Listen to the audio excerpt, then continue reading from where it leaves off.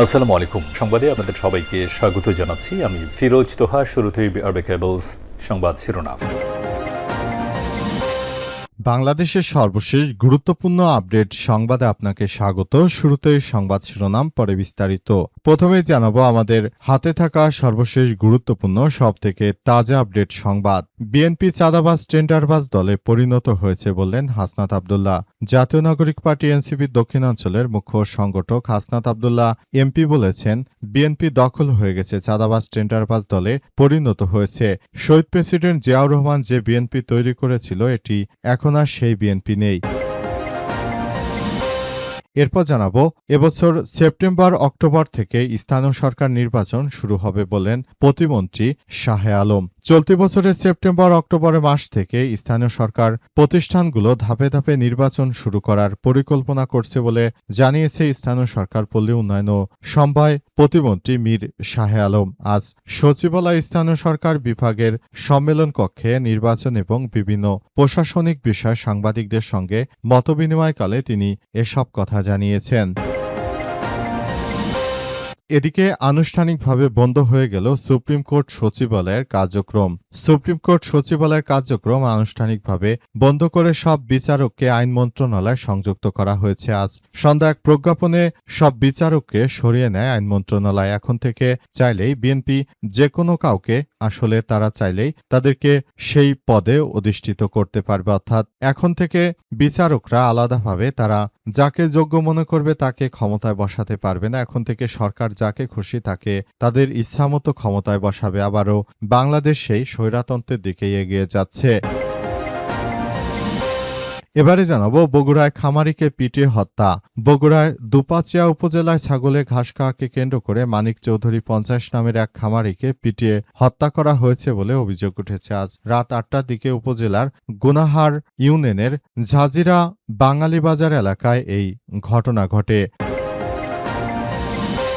এবং সর্বশেষ জানাবো, পাকিস্তান সেনাবাহিনীর ব্যাপক অভিযান, ভারতীয় মদতপুষ্ট 22 অস্ত্রধারী সন্ত্রাসী নিহত।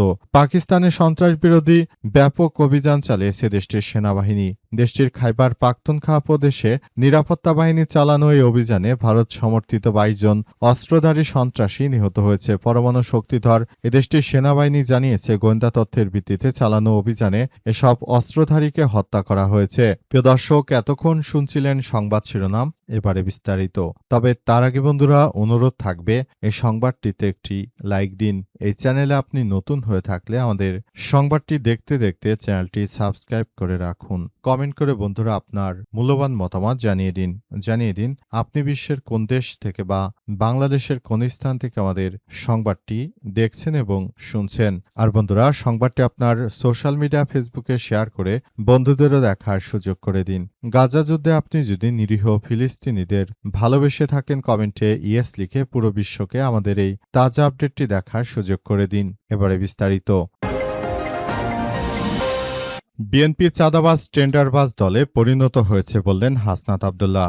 জাতীয় নাগরিক পার্টি এনসিপির দক্ষিণাঞ্চলের মুখ্য সংগঠক এবং জাতীয় সংসদের এমপি হাসনাত আব্দুল্লাহ জানিয়েছেন যে বিএনপি এখন সন্ত্রাসী ও চাঁদাবাজের দলে পরিণত হয়েছে। যে বিএনপি খালেদা জিয়া গড়ে তুলেছিলেন, যে বিএনপি শহীদ প্রেসিডেন্ট জিয়াউর রহমান গড়ে তুলেছিলেন, সেই বিএনপি আর এখনকার বিএনপি এক নয়। এখনকার বিএনপি হচ্ছে হাইব্রিডদের বিএনপি। এখনকার বিএনপি হচ্ছে চাঁদাবাজ, টেন্ডারবাজ, রাহাজানিকারক ও সন্ত্রাসীদের বিএনপি বলে জানিয়েছেন তিনি। সুতরাং এই বিএনপিকে বিশ্বাস করা যায় না বলে জানান তিনি আরো জানিয়েছেন যে আমরা বলবো যে এই বিএনপিকে ত্যাগ করে আপনারা আসুন, নতুন ও ভালো একটি রাজনৈতিক দলে যুক্ত হন, যে রাজনৈতিক দলটি বাংলাদেশের মানুষকে ভালো কিছু উপহার দিতে পারবে, এমন রাজনৈতিক দলের সঙ্গে আপনারা যুক্ত হন বলে জানিয়েছেন হাসনাত আব্দুল্লাহ। তিনি আরো জানান, আমি সবাইকে বলবো আপনারা যার যার জায়গা থেকে পুরো পরিস্থিতি আসলে নিয়ন্ত্রণ করে তারপর চলতে থাকুন। যদি সেটি না করতে পারেন তাহলে বিএনপির ভবিষ্যৎ খুবই খারাপ হবে বলে জানিয়েছেন হাসনাত আব্দুল্লাহ। তিনি আরো জানান, আমরা আরো জানান জানাতে চাই যে সবাইকে নিয়ে আমরা একটি সুন্দর ও সম্প্রীতির একটি আধুনিক পৃথিবী গড়ে তুলতে চাই বলে জানান হাসনাত আব্দুল্লাহ। হাসনাত আব্দুল্লাহ আরও জানিয়েছেন, সবাইকে বলবো আপনারা যার যার জায়গা থেকে যে কোনো মূল্যে এই বিএনপির সন্ত্রাসী চাঁদাবাজদের বিরুদ্ধে কার্যকর পদক্ষেপ গড়ে তুলুন। সেটি যদি করতে না পারেন সেটি আমাদের জন্য ভয়াবহ একটি কার্যক্রম অপেক্ষা করছে বলে জানান তিনি। তাই তিনি সবাইকে নিয়ে একটি সুন্দর ও সমৃদ্ধির একটি আধুনিক বাংলাদেশ গড়ে তুলতে চান, কিন্তু সেখানে বিএনপি মেন ফ্যাক্টর হিসেবে বাধা প্রদান করছে।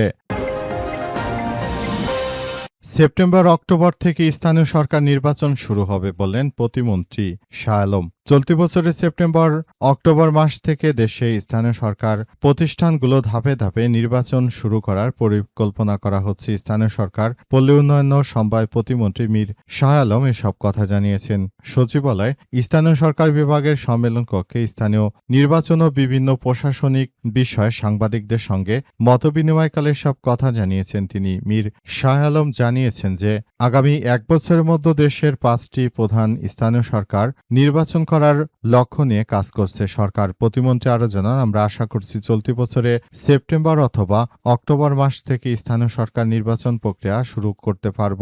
কোন নির্বাচন আগে হবে জানতে চাইলে মীর শাহ আলম আরও জানিয়েছেন যে কোন নির্বাচন আগে বা পরে হবে তা চূড়ান্ত করা হবে বাজেট প্রাপ্তির উপর ভিত্তি করে। নির্বাচন আসলে বর্ষা মৌসুমের পরে শুরু হতে পারে বলে মনে করি, কারণ বাংলাদেশে নির্বাচন উৎসবমুখর পরিবেশে হয়। স্থানীয় সরকার নির্বাচন আরও উৎসবমুখর পরিবেশে হবে। তিনি আরও জানান, যেসব নির্বাচনে অপেক্ষাকৃত বেশি বাজেটের প্রয়োজন সেগুলো পরের ধাপে সম্পন্ন করা হবে। স্থানীয় সরকার মন্ত্রী মির্জা ফখরুল ইসলাম আলমগীর জানিয়েছেন, গত ৫ই মে বলেছিলাম আগামী ১ বছরের মধ্যে স্থানীয় সরকার নির্বাচন দেওয়ার চেষ্টা করবে সরকার। তবে প্রধান নির্বাচন কমিশনার এম নাসির উদ্দিন সোমবার বলেছেন, স্থানীয় নির্বাচন কবে হবে এখনো ফাইনাল হয়নি। নির্বাচন নিয়ে আলাপ আলোচনা করা হচ্ছে এবং এসব বিষয় নিয়ে কাজ করা হচ্ছে। আনুষ্ঠানিকভাবে বন্ধ হয়ে গেল সুপ্রিম কোর্ট সচিবালয়ের কার্যক্রম। সুপ্রিম কোর্ট সচিবালয়ের আনুষ্ঠানিক কার্যক্রম সব বিচারককে আইন মন্ত্রণালয়ে সংযুক্ত করা হয়েছে। আজ সন্ধ্যা এক প্রজ্ঞাপনে সব বিচারককে সরিয়ে নেয় আইন মন্ত্রণালয়। অন্তর্বর্তীকালীন সরকার সুপ্রিম কোর্টের পৃথক সচিবালয়ের অধ্যাদেশ করলেও তা আর আইনে পরিণত করেনি বিএনপি সরকার। ১৯৭২ সালে সংবিধানের ২য় ভাগে রাষ্ট্র পরিচালনার মূলনীতিতে নির্বাহী বিভাগ হতে বিচার বিভাগের পৃথকীকরণ সংক্রান্ত ২২ অনুচ্ছেদে বলা হয়েছে, রাষ্ট্রের নির্বাহী অঙ্গসমূহ হতে বিচার বিভাগ পৃথকীকরণ রাষ্ট্র নিশ্চিত করবে। এরপর ২০ বছর অতিক্রান্ত হলে এ নিয়ে দৃশ্যমান কোনো অগ্রগতি হয়নি। এর মধ্যে ১৯৯৪ সালে অধস্তন আদালতের বিচারককে বেতন গ্রেড ক্ষোভের সৃষ্টি হয়। সেই ক্ষোভ থেকে তৎকালীন বিচারক মাজদার হোসেন ৪৪১ বিচারকের পক্ষে হাইকোর্টে রিট করান। এ রিটের চূড়ান্ত শুনানি শেষে হাইকোর্ট ১৯৯৭ সালে জুডিশিয়াল সার্ভিসকে স্বতন্ত্র সার্ভিস করার আদেশ দেন। রায়ের বিরুদ্ধে রাষ্ট্রপক্ষ আপিল বিভাগে আপিল করে সেই আপিল শুনানি ১৯৯৯ সালে ২ ডিসেম্বর আপিল বিভাগে রায় দেয়। রায়ে কয়েক দফা নির্দেশনা দেওয়া হয়। এরপর উল্লেখযোগ্য হল, সংবিধানের ১১৬ অনুচ্ছেদ অনুযায়ী জুডিশিয়াল ম্যাজিস্ট্রেটের নিয়ন্ত্রণ করার ক্ষমতা সুপ্রিম কোর্টে থাকবে। বিচার বিভাগ জাতীয় সংসদ বা নির্বাহী বিভাগের অধীনে থাকবে না এবং জুডিশিয়াল ম্যাজিস্ট্রেট সহ সকল বিচার স্বাধীনভাবে কাজ করবে। কিন্তু বিভিন্ন সরকার বিষয়গুলো তারা তাদের দলীয়করণ করে থাকে। অবশেষে শেষ পর্যন্ত এগুলো দলীয়করণ করতে করতে অন্তর্বর্তীকালীন সরকারের প্রধান উপদেষ্টা প্রফেসর ডক্টর ইউনূস ক্ষমতা আসার পরই বাংলাদেশে পৃথক সুপ্রিম কোর্ট সচিবালয় করা হয়। অর্থাৎ যারা বাংলাদেশের বিচারক রয়েছে তারা স্বতন্ত্র থাকবে, সেখানে সরকারের কোনো নিয়ন্ত্রণ থাকবে না। প্রধান বিচারপতি নিয়োগ থেকে শুরু করে প্রতিটি বিচারক নিয়োগের ক্ষেত্রে সুপ্রিম কোর্ট সচিবালয়ের মাধ্যমে আসলে সব বিচারপতিরা একসঙ্গে বসে তারপর তারা যে সিদ্ধান্ত নেবে সেভাবে বিচারক নিয়োগ দেওয়া হবে। কিন্তু সেটি বাতিল করে, যেহেতু বিএনপি এখন সংখ্যাগরিষ্ঠতা অর্জন করেছে সংসদে, ৩ ভাগে ২ ভাগই তাদের লোকজন, সুতরাং তারা যেটাকে আইন হিসেবে বৈধতা দেবে সেটি বাস্তবে হবে এবং যেটি তারা দেবে না সেটি হবে না। সুতরাং এসব বিষয়গুলো নিয়ে এখন তারা আবারও আগের মতো তাদের অধীনে বিচারকদের নিয়ে আসলো। এক্ষেত্রে এখন বিএনপি চাইলে তাদের দলের লোকদের বিচারকের আসনে অধিষ্ঠিত করতে পারবে। এর ফলে আগামী থেকে যারা তত্ত্বাবধায়ক সরকার হিসেবে দায়িত্ব পালন করবে তাদের উপর নিয়ন্ত্রণ করতে পারবে বিএনপি, অর্থাৎ অর্থাৎ তত্ত্বাবধায়ক কাকে দেবে সেটি বিএনপি আগে থাকতেই নির্ধারণ করবে এবং তারা এখন থেকে তাই বিচারকদের ক্ষমতা আরও কমিয়ে আনলো বিএনপি এবং এখন বিএনপি সরকারের পক্ষ থেকে সবকিছু নিয়ন্ত্রণ করা হবে। কে প্রধান বিচারপতি হবে, কাকে কোথায় বসাবে সেটি সরকার এককভাবে নিয়ন্ত্রণ করবে। আবারও বিএনপি ক্ষমতায়, বগুড়ায় খামারিকে পিটে হত্যার অভিযোগ। বিএনপি ক্ষমতা আসার পরই দেশজুড়ে আবারও সন্ত্রাসী কার্যক্রম চলছে। বগুড়ায় দুপাচিয়া উপজেলায় ছাগলের ঘাস খাওয়াকে কেন্দ্র করে মানিক চৌধুরী ৫০ নামের এক খামারিকে পিটে হত্যা করা হয়েছে বলে অভিযোগ উঠেছে। রাত ৮টার দিকে উপজেলার গুনাহার ইউনিয়নের ঝাঁঝিঝরা বাঙালিবাজার এলাকায় ঘটনা ঘটে। নিহত মানিক চৌধুরী ঝাঁঝিরা গ্রামের আহমেদ আলীর ছেলে। তিনি ছাগলের খামারের ব্যবসার সঙ্গে জড়িত ছিলেন। স্থানীয় সূত্র থেকে জানা গেছে যে প্রতিবেশী কাকরুলের সঙ্গে মানিক চৌধুরীর আগে থেকেই বিরোধ চলছিল। সোমবার কাকরুলের জমির ঘাস মানিকের পালিত ছাগল খেয়ে ফেলাকে কেন্দ্র করে দুজনের মধ্যে বাকবিতণ্ডা শুরু হয়। এর জেরে সন্ধ্যায় ঝাঁঝিরা এলাকায় তাকে একা পেয়ে তারপর পিটিয়ে হত্যা করা হয়েছে।